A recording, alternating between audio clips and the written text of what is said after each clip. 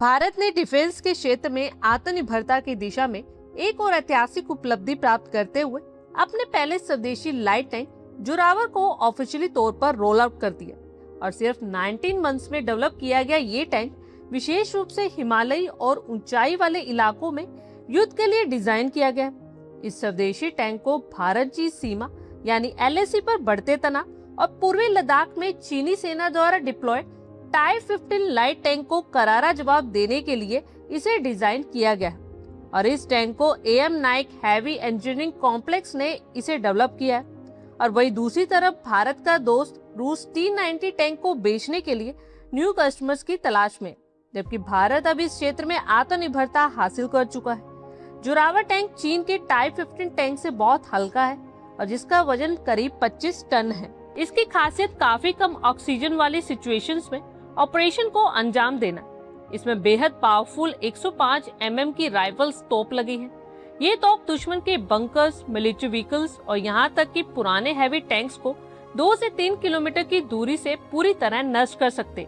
ये सिर्फ गोले ही नहीं दागते, बल्कि अपनी तोप की नली से ही डायरेक्टली गाइडेड मिसाइल्स भी छोड़ सकते हैं।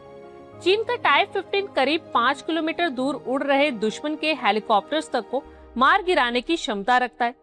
जोरावर टैंक के ऊपर ही सुसाइड ड्रोन्स भी लगे हैं। ये पहाड़ों के पीछे छिपे दुश्मन को ढूंढकर खुद उससे टकराकर धमाका कर सकते हैं। जोरावर में ऐसी एडवांस टेक्निक्स हैं जो इसकी हीट और साउंड को छुपा देती है। इसके कारण दुश्मन के ड्रोन इसे आसानी से ट्रैक नहीं कर पाते। और जोरावर पानी में तैर सकता है। वो बर्फीली झीलों को क्रॉस करके दुश्मन पर अचानक हमला भी बोल सकता है। ये 70 किलोमीटर पर आवर की स्पीड से दौड़ सकता है।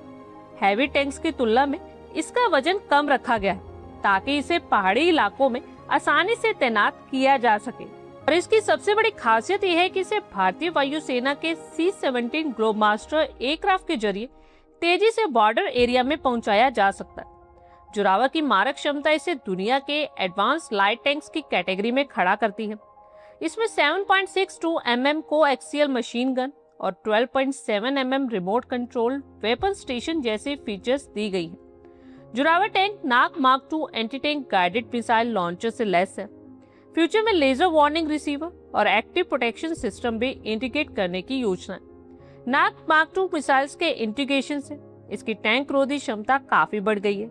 इसलिए दुश्मन के बख्तरबंद और किलेबंदी को लंबी दूरी से नष्ट कर सकता है। जोरावर में 760 हॉर्स पावर वाला कम्योनिस डीजल इंजन लगाया गया है। इसे फ्यूचर में 1000 हॉर्स पावर तक अपग्रेड करने की प्लानिंग है। इसके साथ जर्मन रैंक ट्रांसमिशन सिस्टम भी जोड़ा गया है और इसकी ऑपरेशन रेंज 450 किलोमीटर है।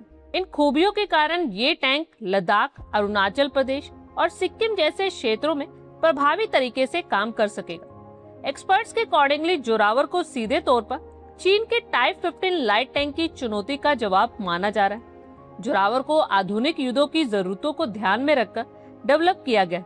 ये ड्रोन सर्विलांस सिस्टम और दूसरे मिलिट्री प्लेटफॉर्म के साथ तालमेल बनाकर काम कर सकता है। पीएम मोदी ने गुजरात के हजीरा स्थित लार्सन एंड टर्बो प्लांट में भारत की बढ़ती रक्षा शक्ति का प्रदर्शन देखा। यहाँ स्वदेशी टैंक्स, ड्रोन रोधी लेजर हथियार और एडवांस मिलिट्री टेक्निक्स का प्रदर्शन किया गया। इस एग्जीबिशन ने डिफेंस क्षेत्र में आत्मनिर्भर भारत और प्राइवेट क्षेत्र की बढ़ती भूमिका की झलक पेश की। भारत अब आयात पर निर्भरता घटाकर ग्लोबल लेवल पर मिलिट्री टेक्निक्स डेवलप करने की दिशा में तेजी से आगे बढ़ रहा है। भारतीय सेना ने जोरावर टैंक के लिए शुरुआती तौर पर 59 यूनिट्स का ऑर्डर दिया और सेना की टोटल रिक्वायरमेंट 354 टैंक्स की बताई जा रही है। सरकार ने 7 रेजिमेंट्स के लिए लाइट टैंक्स की जरूरत को मंजूरी दी। बाकी 295 टैंक्स के लिए आगे की योजना बनाई जाएगी। जोरावर टैंक के 2027 तक भारतीय सेना में शामिल होने की उम्मीद है।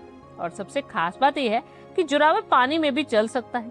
चीन सीमा पर इसे तैनात करने से भारतीय सेना की युद्ध क्षमता में कई गुना बढ़ोतरी होगी और PLA कोई भी हरकत करने से पहले 100 बार सोचने को मजबूर होगी। आप लोगों की क्या कुछ राय है, कमेंट बॉक्स में शेयर करें। आई होप आपको हमारी ये वीडियो अच्छी लगी हो और आगे भी इसी तरह के अपडेट्स के लिए हमारे चैनल को जरूर सब्सक्राइब करें। धन्यवाद।